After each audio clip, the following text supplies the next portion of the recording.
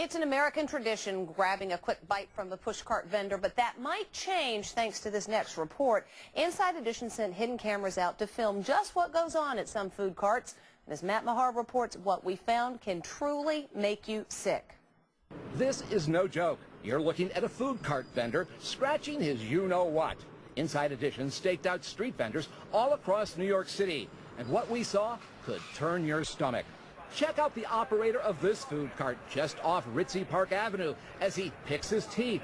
And he's not done. He also picks his nose and digs in his ear, all while serving customers without ever once washing his bare hands. And all critical health code violations. Mustard, ketchup, and sauerkraut. When this vendor served customers, we repeatedly saw him touch food with his bare hands. Even if his hands were clean, that would be a health code violation. But take a look at what he does when he sits down to rest for a few minutes. He repeatedly touches his bare feet, his fingers between his toes, before he goes right back to serving customers. That's absolutely disgusting. Food safety expert Lisa Berger, who consults for many fine dining establishments, says dangerous germs from his feet could be contaminating his customers' food. Every contaminant that would have been on the floor or the sidewalk or the pavement where he was walking ends up getting on the food. And Berger says that's not the only way he could be spreading sickening germs. He also smoked cigarette after cigarette, spit, scratched himself all over, wiped his face and his hair, and blew his nose, and never washed his hands.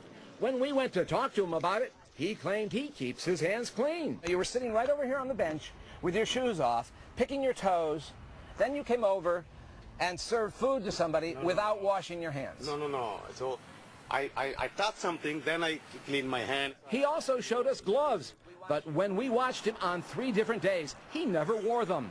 But if you think a vendor wearing gloves is a safe food guarantee, think again. This vendor near Times Square had gloves on as he picked his nose, handled money, and scratched himself.